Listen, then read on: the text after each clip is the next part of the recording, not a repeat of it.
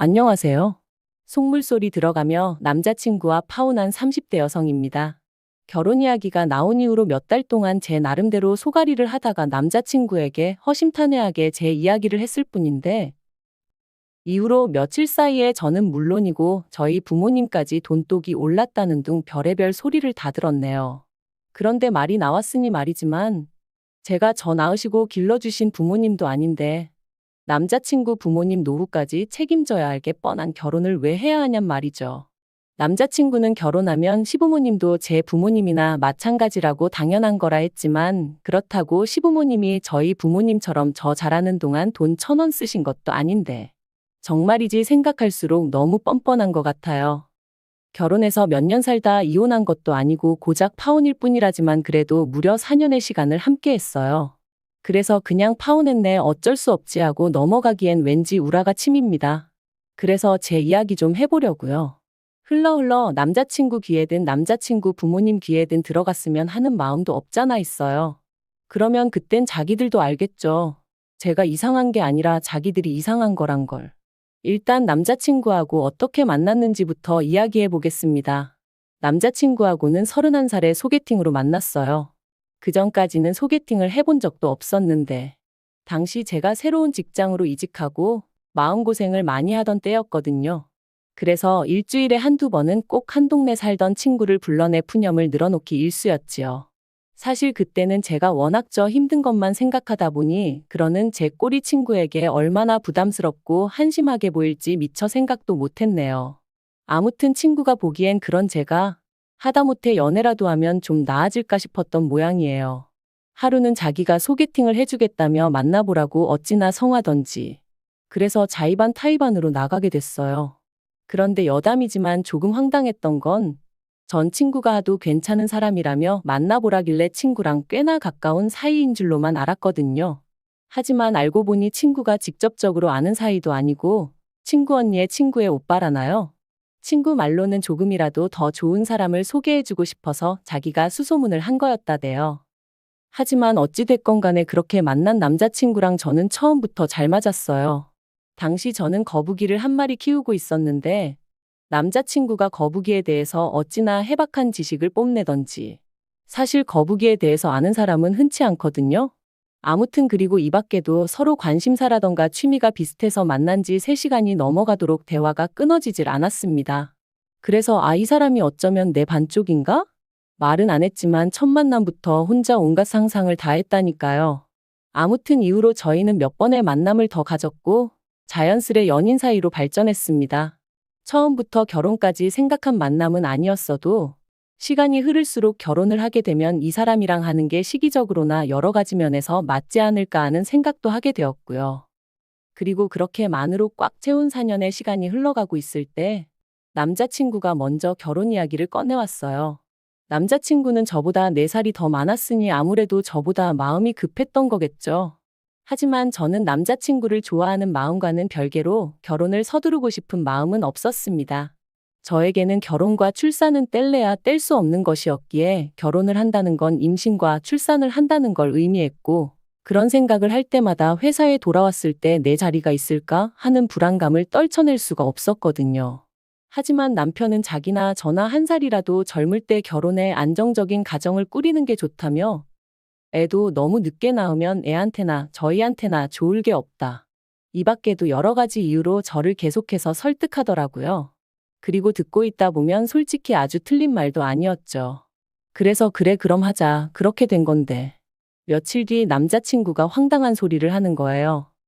발단은 제가 우리 결혼에 필요한 예산이라던가 그런 거 계산 좀 해보자고 돈 이야기를 꺼내면서였습니다.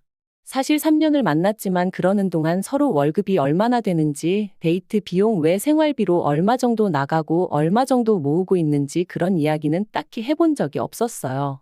부모님은 뭐 하시는 분들이신지, 집은 자가인지 전세인지 그런 얘기는 더더욱 해본 적이 없었죠. 애들도 아닌데 그런 이야기도 안 하고 연애를 했냐고 하는 사람들도 있겠지만 저희는 데이트 비용은 물론이고 돈 때문에 서로 얼굴 붉힐 일이 없었어요. 그리고 서로 말은 안 해도 눈에 보이는 게 있잖아요. 입고 다니는 거 하고 다니는 거. 그래서 적어도 저는 남자친구 사정을 제 나름대로 어느 정도 가늠하고 있었거든요. 지금 생각해보면 그것부터가 실수였지만. 아무튼 그 당시에는 제 눈에 보이는 상황만을 너무 믿기도 했고, 한편으론 아무리 남자친구고 여자친구고 해도 굳이 그런 걸 다 알고 알려주고 해야 할 이유가 있을까 싶었네요. 남자친구는 몇 번이나 말하기를 주저하는 눈치였고, 그럴수록 저는 그냥 넘어갈 수가 없었습니다. 그래서 그러지 말고 솔직히 얘기해달라. 나도 오빠가 재벌집 아들이라곤 생각 안 한다면서 웃었죠. 하지만 남자친구의 대답을 듣고 나니 저는 더 이상 웃을 수만은 없었습니다. 알고 보니 주식에 코인까지 하고 있었던 데다가 혼자 살면서 나가는 생활비, 그리고 저한테 말은 못했는데 저랑 연애하는 동안 보이스피싱도 당했었다는 거예요. 그리고는 한참을 쭈뼛거리더니 한다는 소리가 2천만 원 모았답니다. 참고로 당시 남자친구는 직장 생활 10년 차였거든요. 그래서 더더욱 생각지 못한 액수의 정말이지. 처음엔 제가 뭘 잘못 들은 줄 알고 제 귀를 의심했다니까요. 그러나 이게 다가 아니었어요. 그나마 그 2천만 원도 통장에 따로 현찰로 딱 있는 게 아니고 혼자 살 집을 구하면서 전세 보증금을 대출을 받았는데 그 대출 중 갚은 돈이 2천만 원이란 소리였거든요. 정말이지 어이가 없고 기도 안 차대요. 오죽하면 저도 모르게 돈을 그거밖에 못 모았는데 프로포즈를 한 거냐 소리가 다 나오더라니까요. 저는 남자친구더러 그러면 결혼한다고 하면 부모님께서 도와주실 생각은 있으신 거냐 물었습니다. 솔직히 2천만 원이 꽤나 충격적이다 보니 말을 조심해서 한다던가 돌려서 말할 여유가 없었어요. 그랬더니 남자친구 말이 그것도 좀 힘들 것 같답니다. 그리고는 하는 얘기가 남자친구가 대학에 들어가고 얼마 지나지 않아 아버님 어머님이 이혼을 하셨는데 이후로 아버님은 옥탑방 하나 구해서 혼자 살고 계시고 어머님은 이모님 댁에 얹혀 살고 계시다고요. 그리고 어머님이 아마 1억 정도 가지고 계실 텐데 자기는 그 돈 달라고는 죽어도 못한답니다. 자기가 그 돈 받으면 어머님한테는 아무것도 남는 게 없다면서. 그리고는 저더러 많이 실망했냐. 자기가 어떻게 쓰면 좋겠냐는데 거기다 대고 무슨 말을 해줘야 할지 모르겠더라고요. 어머님 돈에 손대기 싫은 거야 이해 못할 건 아니지만 그럼 뭐 결혼은 왜 하자고 한 건가? 솔직히 원망스러운 마음까지 들었거든요. 그리고 저는 고민 끝에 이 이야기를 저희 부모님께 일단 말씀은 드렸습니다. 참고로 저희 집은 아주 대단한 부자는 아니어도 남자친구와 비교하면 비교적 여유 있는 상황이었거든요. 노후 준비도 다 되어 있으셨고요. 그래서 감사하게도 자식인 저는 두 분을 경제적으로 도와드려야 한다 그런 생각은 한 번도 해본 적이 없었어요. 오히려 제가 30 넘어서도 부모님께 종종 도움을 받으면 받았지. 게다가 제가 알기로 제가 결혼한다고만 하면 저희 부모님은 2억 정도는 해주실 생각을 갖고 계셨거든요. 저도 저대로 따로 모아둔 돈도 있었고요. 그래서 결혼을 한다는 건 어디까지나 제 마음에 달린 문제였지 다른 건 크게 신경 쓸 이유가 없을 줄 알았는데. 그리고 아니나 다를까 제 예상대로 남자친구의 사정을 알게 되신 저희 부모님 두 분 다 몹시 언짢아 하셨어요. 화도 많이 내셨고요. 저와 똑같이 준비된 것도 하나도 없이 무슨 프로포즈를 하느냐고 제정신이냐 하시면서 말이죠. 하지만 그래도 부모님은 하지 말라는 말씀보단 저더러 잘 생각하고 후회 없는 결정을 내리라고 얘기해 주셨어요. 만약에 제가 끝까지 이 결혼을 하겠다고 하면 집은 부모님이 해주시겠다고 대신 남자친구한테 하다못해 차 한 대는 어떻게든 해오라고 하라시면서 말이죠. 참고로 차를 해오라고 하신 이유는 저도 잘 모르겠어요. 나름대로 성의를 보고 싶으셨던 건 아닌가 싶기도 하고. 아무튼 이후로 며칠 동안 저는 남자친구의 연락을 피했습니다. 솔직히 만나면 원래 하기로 했던 대로 결혼을 하던지 아니면 헤어지던지 해야 할 것 같았는데 머리로는 헤어지는 게 맞다는 걸 알면서도 차마 입이 떨어지지가 않을 것 같았거든요. 하지만 시간이 흘러도 뭐 하나 해결되는 것도 없었으니 결국 남자친구를 만났습니다. 그리고 남자친구에게 저희 부모님이 하신 말씀을 전했죠. 집 문제는 저희 부모님이 해결해 주실 테니 대신 남자친구한테 차 한 대는 해오라 하셨다고요. 그랬더니 남자친구가 대번에 하는 말이 자기가 전에 말하지 않았냐면서 그럴 돈이 없다는데 왜 차를 사오라 하시냐며 저희 부모님이 자기가 마음에 안 드니 일부러 그러시는 거 아니냐대요. 그래서 제가 나쁘게만 생각하지 말고 최대한 성의를 보이라는 말씀이시겠지 하고 한마디 했어요. 솔직히 2천만 원밖에 없는 게 자랑도 아니고 그렇다고 얼마나 대단한 일을 하느라 돈을 못 모은 것도 아닌데 뭐 그렇게 당당하냐고. 나는 오빠도 이해가 안 된다 하면서 말이죠. 그리고는 이때 결국 그냥 결혼은 없던 일로 하자고 제가 먼저 말을 꺼냈습니다. 저는 사실 남자친구가 차를 해오고 못 해오고를 떠나서 이런 상황 자체를 저한테 좀 미안해했으면 했었거든요. 아니면 알겠다고 어떻게든 한번 해보겠다고 말이라도 그렇게 해주던가. 그런데 이건 뭐 거의 배째라는 식이었으니 저도 오만 정이 뚝 떨어지더라니까요. 그런데 그렇게 이별을 고하고 열흘쯤 지났나 남자친구에게 연락이 왔어요. 자기가 자기 어머니하고 이야기를 해봤다며 만나서 얘기하자 그러더라고요. 그래서 솔직히 말하자면 못 이긴 척 나갔습니다. 이별이라는 게 역시나 쉬운 게 아니었거든요. 그것도 제가 제일 정신적으로 힘들고 지칠 때 만나 나름대로 고마운 기억도 많다 보니 말이죠. 그런데 이런 마음이 남자친구와 남자친구 어머니를 만나면서 와르르 무너져 버렸습니다. 남자친구의 어머니가 생각지도 못한 말씀을 하셨거든요.